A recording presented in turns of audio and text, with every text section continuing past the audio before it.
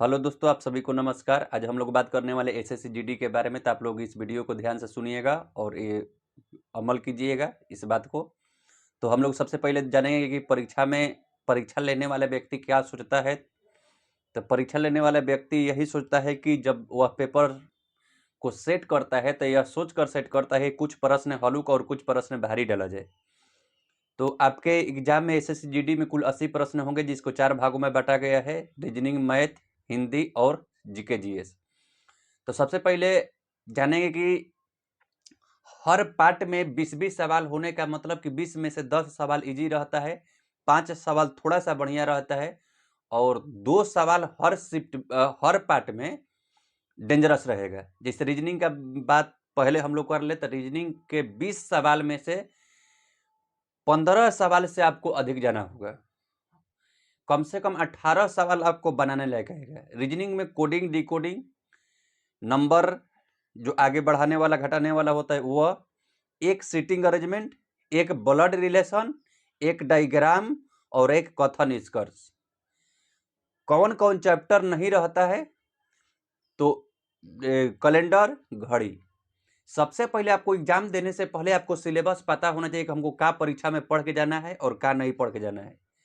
ठीक है। तो रीजनिंग में इतना सब्जेक्ट रहता है। रीजनिंग के 20 नंबर में से आपको किसी हालत में 17, 18, 16 तक जाना होगा और 80 नंबर के सवाल में जो लड़के 50 तक पहुंच जाते हैं, 50, 51, 49, 48, उनका रिजल्ट लगभग तय है।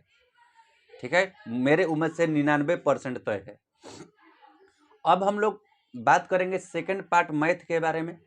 तो मैथ पिछला बार देखा जाए तो थोड़ा सा डेंजरस पूछा गया था, उसके पिछला साल ठीक ठाक था।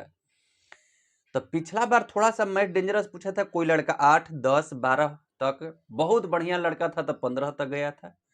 तो आप रीजनिंग में मैनेज कर देते हैं 18, तो मैथ में 1-2 नंबर कम भी बनाते हैं तो काम चल जाएगा।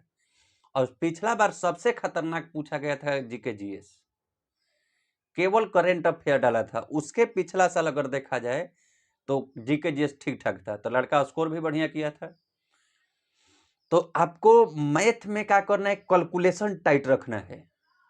दशमलव वाला दे रहा है, डायरेक्ट कटने वाला नहीं दे रहा है। 19 से कटने वाला, 23 से कटने वाला, 27 से कटने वाला, 29 से कटने वाला, इस तरीका से कटने वाला सवाल आ रहा है। तो उसमें थोड़ा सा आपको प्रैक्टिस करना होगा। और मैथ के बात करें तो मैथ में कौन कौन से चैप्टर पूछा जा रहा है यह भी फिक्स है। बहुत कम चैप्टर, जैसे अनुपात से संबंधित अनुपात, साझेदारी, मिश्रण और याव संबंध, ये चारों अनुपात से संबंधित चैप्टर है। इधर आ जाइए तो प्रतिशत, लाभ, हानि, बाटा, ये तीनों एक चैप्टर है। काम समय, पाइप टंकी और चाल दूरी समय, रेलगाड़ी, नाव, नदी, और उधर क्षेत्रफल और आयतन।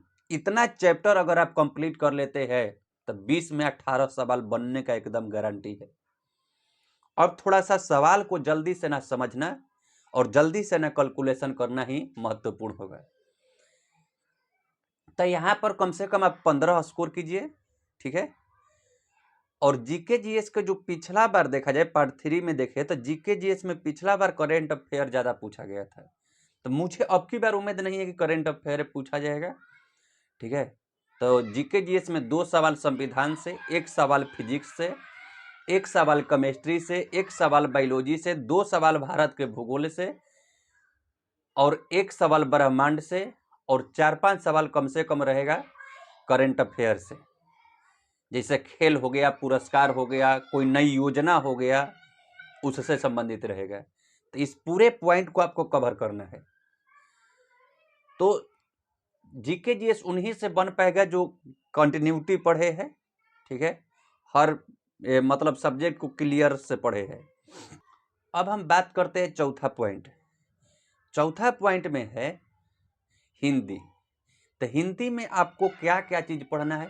पहला नंबर मुहावरा, दूसरा नंबर पर्यायवाची शब्द, तीसरा नंबर विलोम शब्द, चौथा नंबर शुद्ध करने वाला और 5वां नंबर गंधांश और 6वां नंबर त्रुटि। इतना अगर आपका टाइट है तो अब दूसरा संज्ञा, सर्वनाम, अलंकार अलंकार कुछ नहीं। इतनी 6-7 पॉइंट से आपका एग्जाम में सवाल पूछ रहा है एसएससी जीडी में। तो सबसे पहले हमको जानकारी होना चाहिए क्या क्या चीज पूछ रहा है। फिर एक बार बता दे रहे हैं कि हर एग्जामिनर 80 सवाल सेट करते समय 50 सवाल आपको सही तरीका से डालेगा, 20 सवाल थोड़ा सा बढ़िया किस्म के डालेगा और 10 सवाल वही टच कर सकता है जो बहुत ज्यादा पढ़ा हो।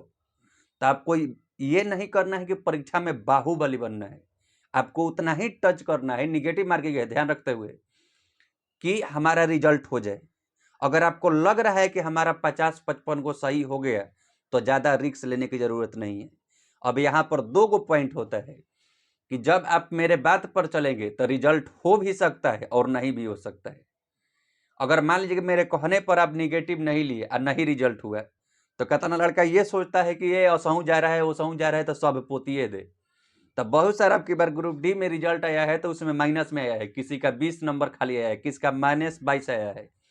तो बिना जानते हुए खाली आप पोत रहे हैं तो समझिए कि बहुत कम नंबर आएगा। तो ज्यादा रिस्क लेने की जरूरत नहीं है।